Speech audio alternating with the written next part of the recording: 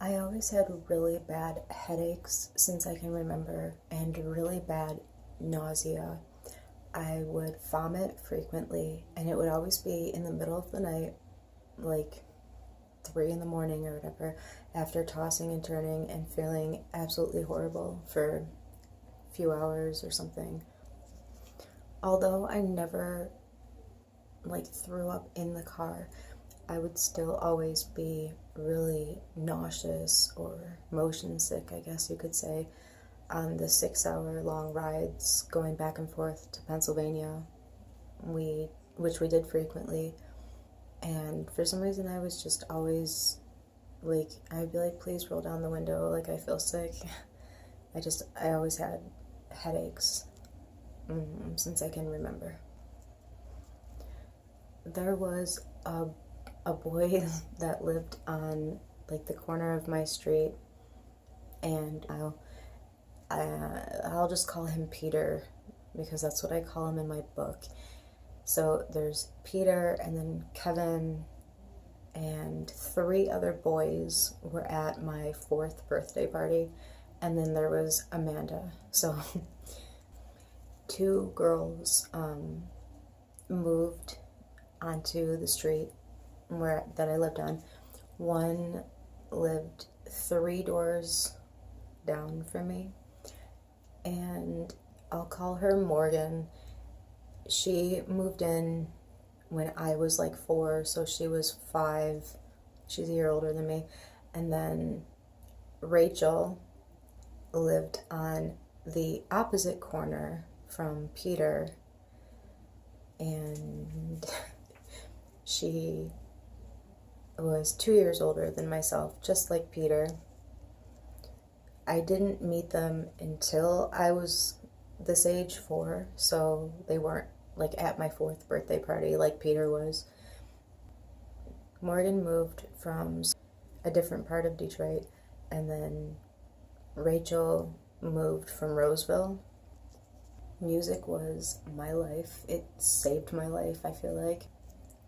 My mom went through this phase where she was always playing this one Polish singer, Basha, and then a singer, Bonnie Raitt. I actually got in trouble one time in preschool because I randomly was standing on the top of this jungle gym thing inside the classroom, and I started that first line, that, "Hey, shut up," and then someone told on me and I had to sit in the corner. I always loved Phil Collins' Genesis.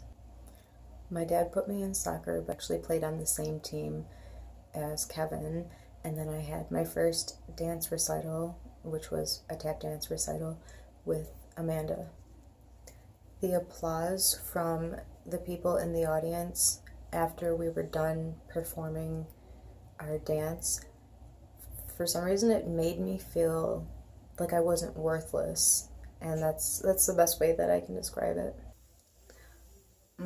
And I was actually always in trouble in preschool. I would have urges to do things, or almost as if I couldn't control myself. I would just I would randomly have the urge to lift up a girl's skirt or something, and then I would do it, and I don't even know why.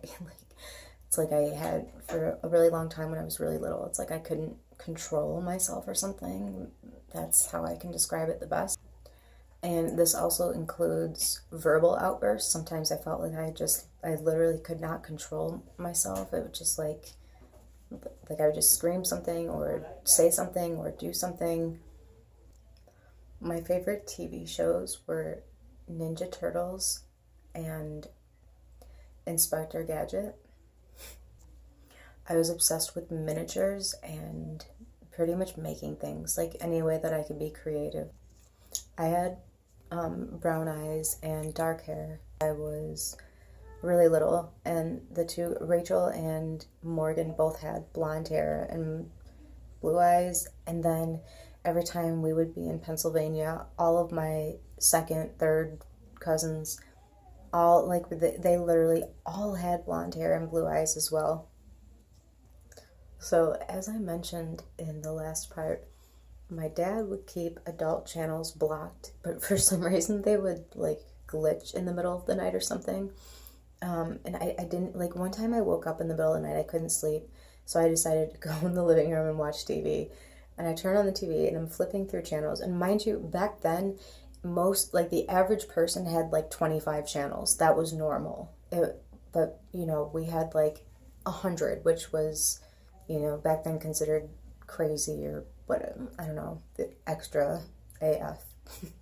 So I just remember one time I was just going through the channels looking for something to watch, and for some reason Playboy TV was not blocked the way that it normally was. And yeah, I then would go on to discover that this would actually happen on a regular basis. I don't know, and back then it was 𝓽𝓻. Hopefully they got their stuff together. I think this was the Christmas, if not last Christmas, I stopped believing in Santa, because this is all on home video too. There's literally a home video footage of this happening, because my dad would film every single Christmas on the living room floor in front of the Christmas tree. So this is on camera.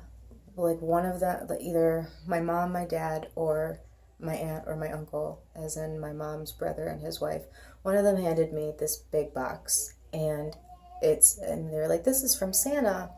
And I unwrapped it, and it was this exact same Big Bird recorder thing. Without explaining it, I don't know how to articulate this thing. Basically, I vividly remember walking through the basement and seeing it on a shelf. So in the home video, I'm like, this was in the basement. And I don't know, it was really awkward, but I just remember thinking, like, why would they tell me this is from Santa when I saw it in the basement? I thought that was weird, and I stopped believing. I was literally annoyed by the fact that I couldn't read. Like, I hated the fact that I couldn't just, like, look at words and read them. So I tried to teach myself how to read the best that I could. And after my tap dance recital, my mom put me in 𝓵𝓱𝓻𝓽 dancing, which was a type of Polish dancing. And I think Amanda was in that with me too, but I don't remember for sure. And I think I like everything that is essential. Obviously, that's not my entire year. Like the, yeah, yep, the end. The end.